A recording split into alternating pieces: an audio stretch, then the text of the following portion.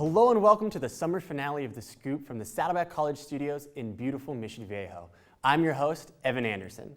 I'm very excited for today's episode. We will touch up on some local hype going around town, sit down with the mayor for a little Q&A, whip up a delicious snack, learn about a local foundation doing their part, and finish in Dana Point's hottest new restaurant.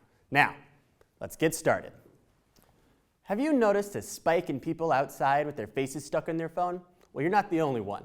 Nintendo's Pokemon Go app for smartphones seems to be all anyone is talking about these last few weeks. Whether you're playing the game or not, there is no denying the craze is going on. Our team here at The Scoop went out around town to get some opinions from the community. Let's see what the people had to say.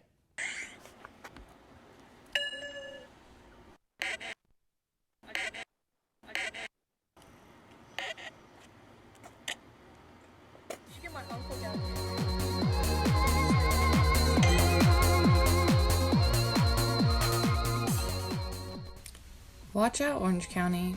A new game is sweeping the nation. Pokemon Go.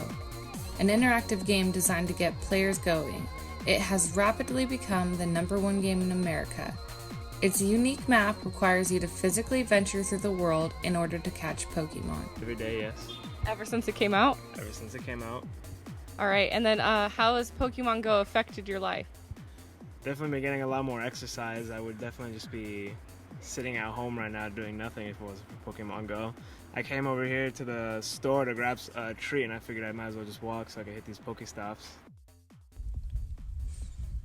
Pokemon Go is quite possibly the first of its kind in interactive gameplay. No longer are you only socializing with others online, now it happens in person. The kids and stuff, and then like I've heard like my other friends said that they just like I think they met like 50 people like one day or like 100 people the other day. You know, we're all just like running around playing games, so it's all just like, you know, just fun is what it really is, and just people just walking around and stuff like that. Yeah. A popular destination for local players to go is Laguna Beach. The beach itself is jam-packed with Pokestops. You can find hundreds of people there any time of the day playing Pokemon. Honestly, I've been surprised at how many, you hear about how many people are playing it, but actually it's not until you go out and you see like, oh, there are actually hundreds and hundreds of people, even thousands, playing it. So it's really kind of fun, conversation starter.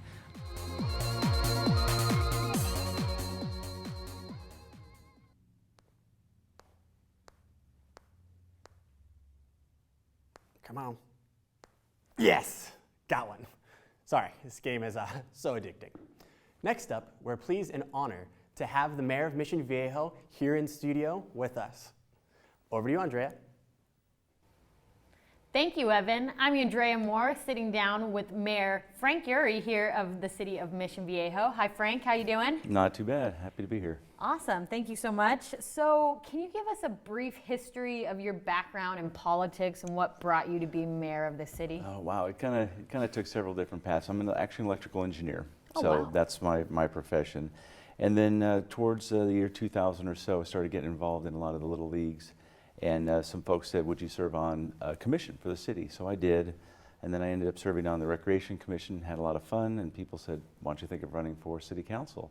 So I ran in 2004, won that one, and have won 2 subsequent races since then, and just found that I really enjoy working with the people and the policy side of things. So it's been quite a bit of fun. That's awesome. So you've been a resident of Mission Viejo for a long time, or? Right. Before my wife and I got married, we moved here in 1989. Wow. And it was kind of funny. She was living home in Anaheim, and we were looking at all the different places that we could afford in Orange County. So we looked up in North County, Santa Ana, and we found this little place called Mission Viejo that was affordable. Who knew we'd be here almost 30 years later? That's awesome. So how would you describe your position as mayor and what type of duties that entails? Well, the mayor, we're selected by our peers, so we kind of Okay. rotate it. Everybody gets a shot at it.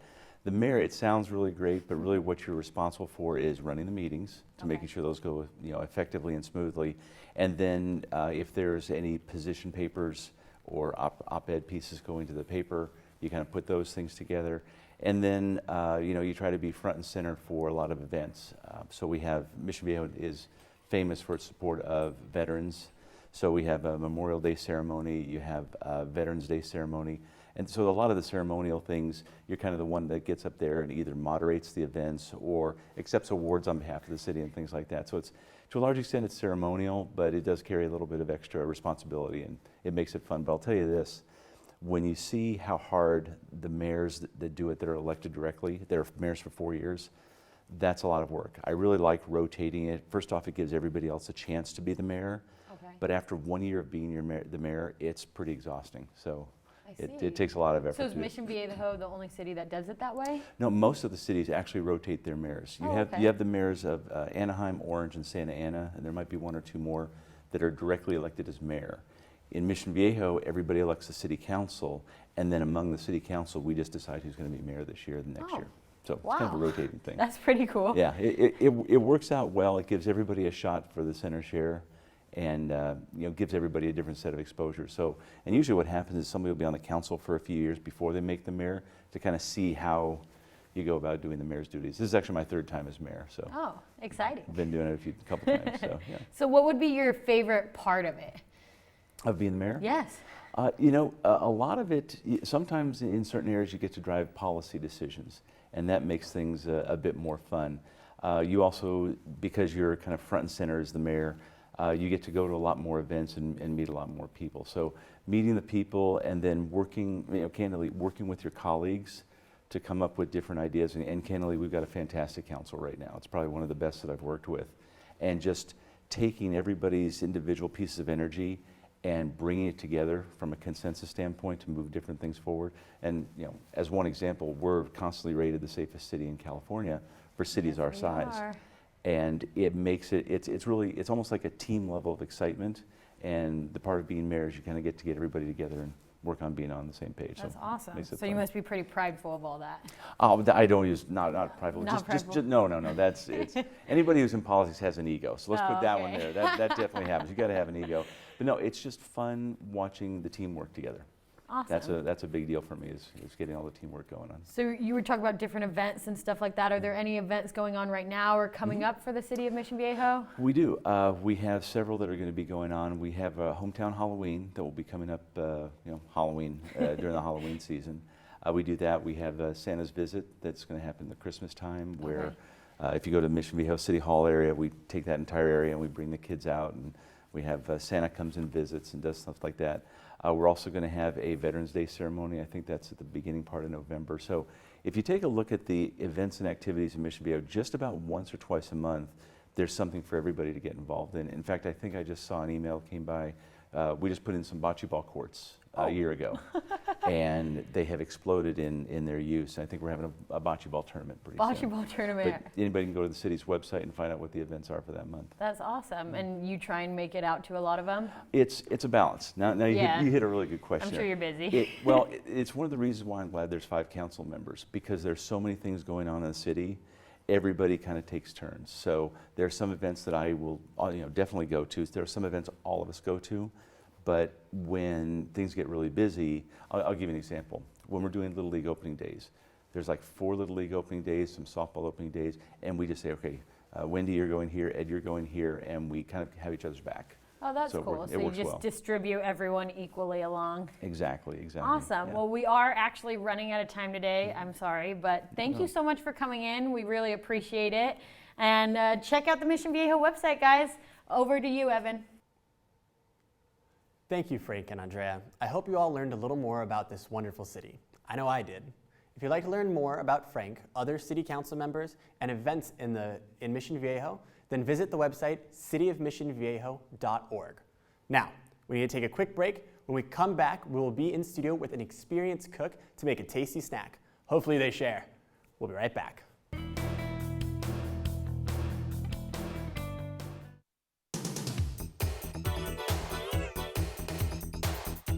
Saddleback College enriches its students and the South Orange County community by providing a comprehensive array of high-quality courses and programs.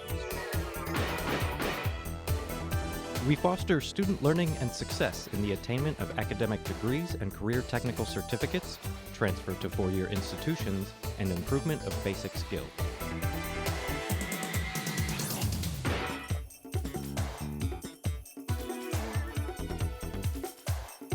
We hope Saddleback College will be your first choice if you seek a dynamic, innovative, and student-centered post-secondary education.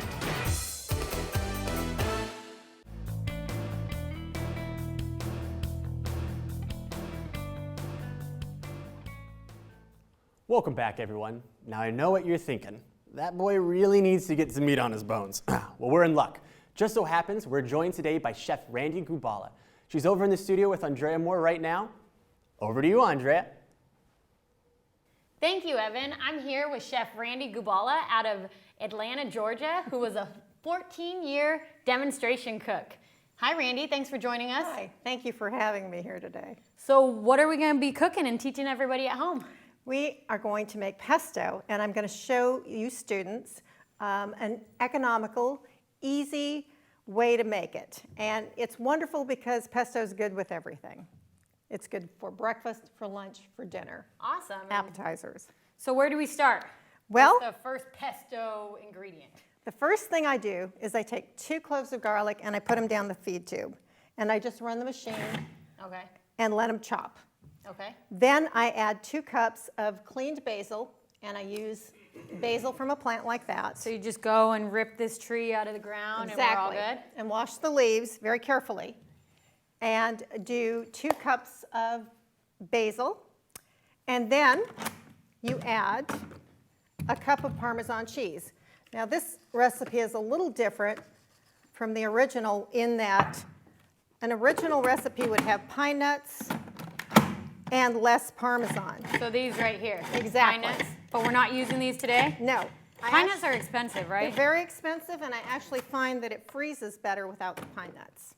So we're going to freeze this too? So I want to make this economical so college students can afford to make this. Perfect. I am a little broke. Books and all that, you know. I know. I have 2 daughters who went through college. Oh, so you know all about Yes. cheap cooking. Exactly. So what made you get into cooking? Well, I got married, and I couldn't boil water, and it was pretty bad. So I decided to start taking some cooking classes. So he wasn't a cooker either then? Well, he was, but he just didn't cook.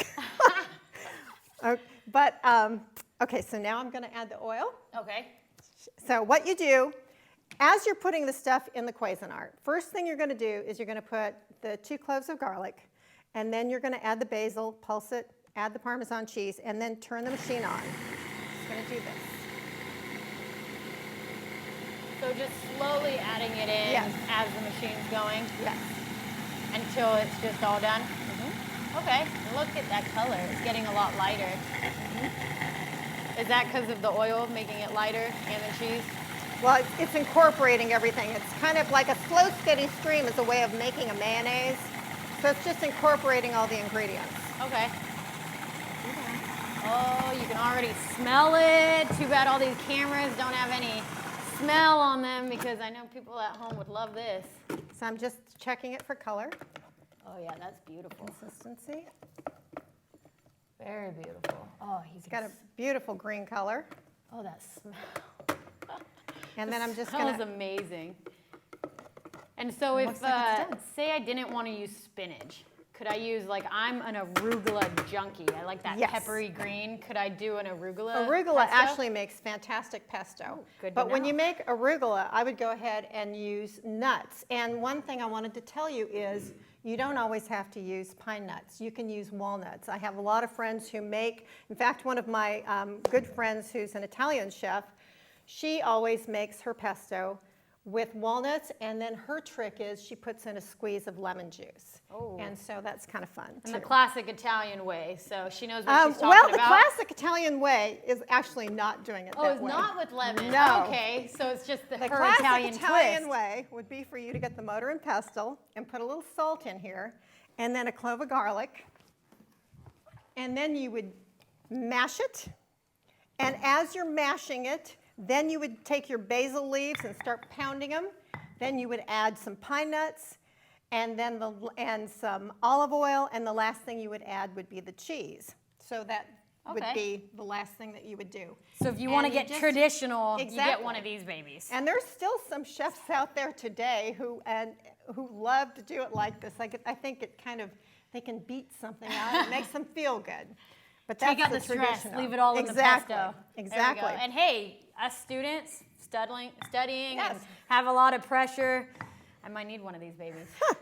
Now, the reason I like this particular recipe for pesto is when it's done, you can either spoon it into a jar like this, Little mason jar a kind little, of. little Jam jar. Actually, leftover jar from jam. You're right, from the jam. Or you can actually, and then put a small film of oil and then stick it in the fridge. Perfect. But not, you can just do it this way, which is great because this is what I do, is I spoon it into ice cube trays. Ice cube tray.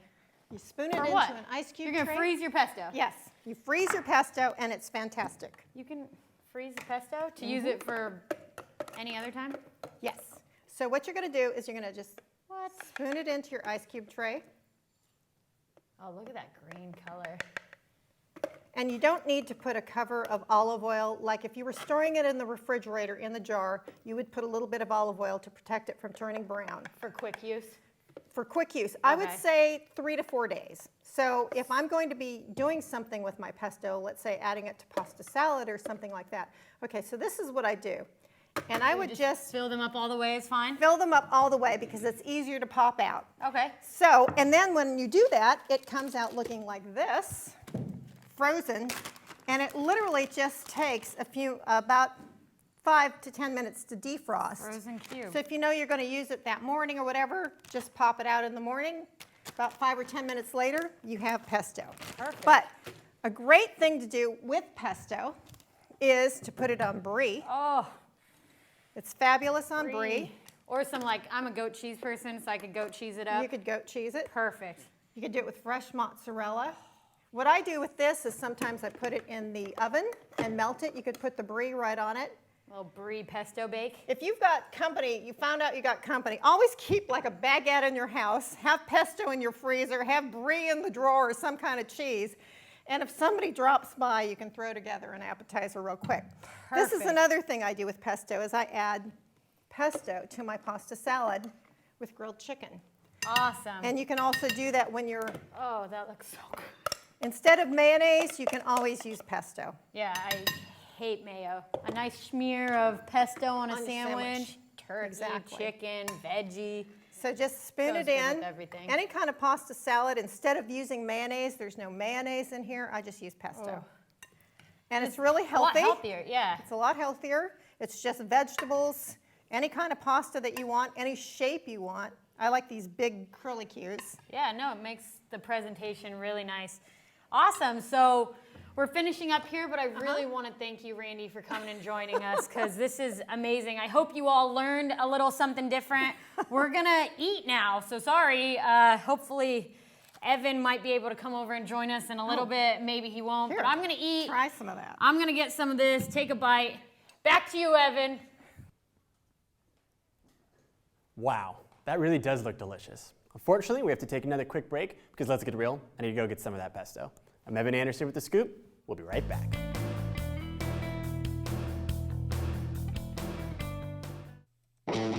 Saddleback College enriches its students and the South Orange County community by providing a comprehensive array of high-quality courses and programs.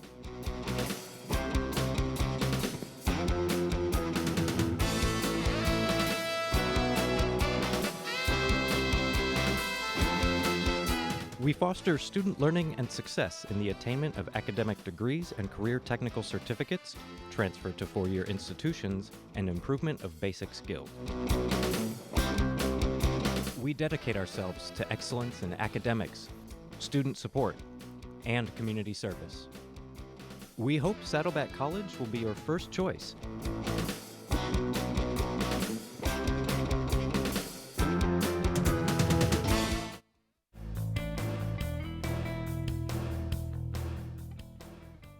Welcome back. Now we're going to take a deeper look into a local Southern California nonprofit doing some wonderful things to help out the homeless population. we met with the president and founder of Operation Helping Hands and went to see what they do give back. Take a look. Homelessness is a large epidemic that only seems to be getting worse. According to the National Alliance to End Homelessness, there are more than 560,000 people who are homeless on a given night in the United States. Operation Helping Hands is a nonprofit organization dedicated to empowering our youth and younger generations to give back by providing hygiene items and basic necessities to the homeless. I sat down with the founder and president, Kim Valentine, to find out more and see why she started this great foundation. I really wanted to sort of like lead by example with respect to my children. I had 3 kids, and my youngest one had sort of grown up in Orange County and had sort of wanted for very little.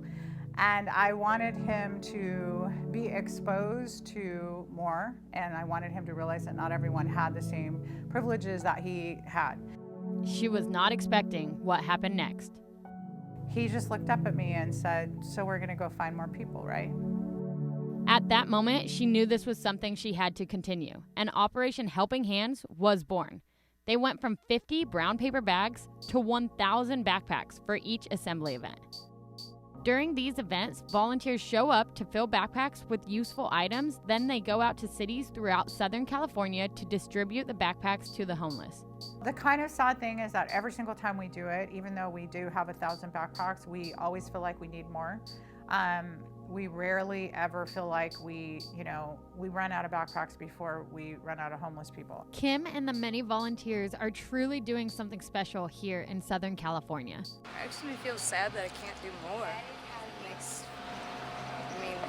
A backpack's good and it's something that they need, but I can't even imagine what it would be like to be living life like this. Homelessness often receives a negative stigma from people who do not understand what brings a person to living on the streets. Kim opened up with me to share her personal experience. I was homeless when I was 14, and that was really just a matter of circumstance. And so I know what that's like, and so it's a very personal and real thing for me. And so I recognize that homelessness is not what people think. I mean, it can be. There certainly are people who make bad decisions, and absolutely there's that. But there are oftentimes people who have had bad set of circumstances, and things just didn't go the way that the rest of the world perceives that they should go. And they didn't have the same opportunities that everybody else had. And sometimes it just takes the loss of a job or an illness, or you just never know what it might be. Nothing in life is ever promised or guaranteed. So Operation Helping Hands are doing their part to help people who are struggling with homelessness. Wow, it really warms my heart to see people with such compassion for others. If you'd like to learn more about Operation Helping Hands or how you can volunteer, then check out their Facebook page. Any type of help would be greatly appreciated. Now we have time for one more story, so we're going to head over to Dana Point to check out one of the hottest new restaurants in town. Two Left Forks has been open 4 months now and showing no signs of slowing down. Let's take a look and hopefully get a bite to eat. Hop off the trolley and step into Two Left Forks, one of the newest restaurants in Dana Point. They are quickly rising in popularity with their unique spin on food and cocktails, and a happy hour that really offers something different. We run happy hour every day that we're open, so Tuesday through Sunday from 4 to 5:30 we run a happy hour. It's a $5 menu. We change it up each month. We have a different wine of the month, liquor of the month, martini of the month, so it's not your typical same house wine every time you come in. We want to make it a little different for the locals and give them a little something different than what they usually have at happy hour. We'll try the happy hour because we were here early, and we had one thing on there, the sliders. I mean, really, 3 sliders for $5. Awesome. We did the prosciutto wrap asparagus, mussels, and we're done. It's dinner. It's like amazing. Executive Chef Robert Hines is taking popular dishes and put a new twist on them, giving customers something different to look forward to when visiting Two Left Forks. We want people to be able to wear a pair of board shorts, go catch some waves in the morning, come in for happy hour, relax at the bar, have a glass of wine or a cocktail, have a short rib poutine, or if they want foie. I mean, we have a diverse menu that has stuff that's simple, like a poutine, and complex, like a seared foie. To be a restaurant that stands out from the rest, you need to be more than just delicious food and cocktails, and Two Left Forks is doing just that, by providing their guests with top-notch service that leaves them wanting more. I think that's the most important thing when it comes to Two Left Forks is that you're not just coming in to give us your money, eat your food and go. You're coming in for experience, and everybody who's there, from the bartenders down to the bussers, care about the customer experience. And the bottom line is that's why a customer comes back. Next time, I guess he's going to make me walk here in tennis shoes, but... You know, we've lived in the area for 12 years, and we have our favorite restaurants, but we believe we will be a regular here. They opened their doors just over 4 months ago and have quickly become a local favorite and winner of Diner's Choice by Open Table. It's been amazing. We've had so much repeat guests coming back, and just the reviews and everything, it's been excellent. So we're super happy, and we're only going up, so we look forward to having a great summer and finishing out the year. So whether you're celebrating an event, looking for a fun new cocktail, or just enjoying a nice meal out with the family, Two Left Forks should definitely be the next place you check out. You will not be disappointed.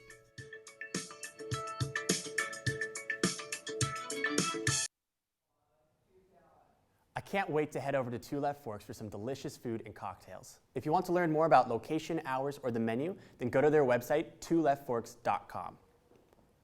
And with that, another season of The Scoop is in the books. A very special thank you to Mayor Frank Urie and Chef Randy Gubala for joining us here in studio. I hope you enjoyed learning more about Pokemon Go and checking out what Operation Helping Hands really has to offer. And don't forget to head over to Two Left Forks for not only a great meal, but an overall great experience. If you start to miss us, then check out our YouTube page for all past episodes. Thank you from all of us here at The Scoop. Have a great summer, and take care, Orange County.